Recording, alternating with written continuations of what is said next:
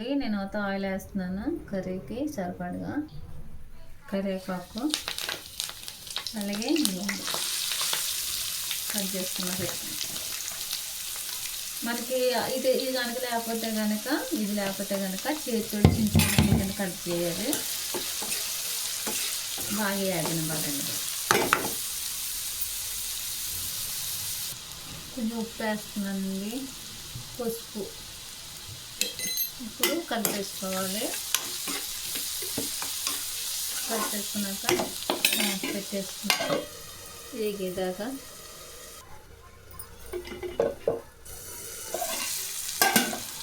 చూసారండి అలా వేగిపోయినాయో దగ్గరకు వేగిపోయినాయి మటన్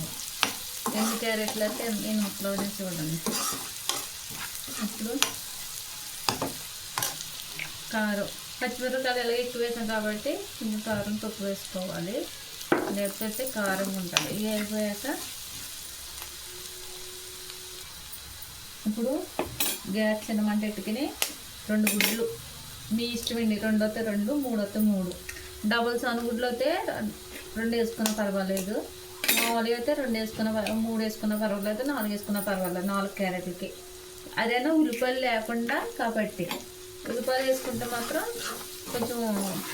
గుడ్లు అన్నవి కొంచెం ఎక్కువ వేసుకోవాలి చూస్తారండి ఇదిగోండి పిల్లలు బాగా ఇష్టంగా తింటారండి ఒకసారి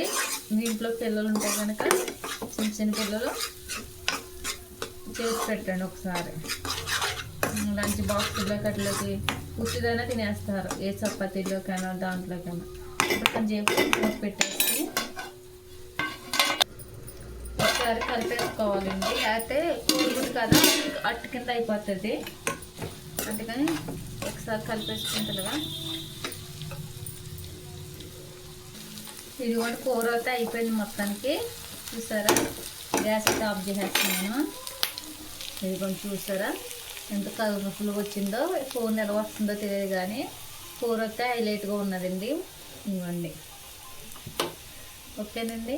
గ్యాస్ అయితే ఆఫ్ చేసేస్తున్నాను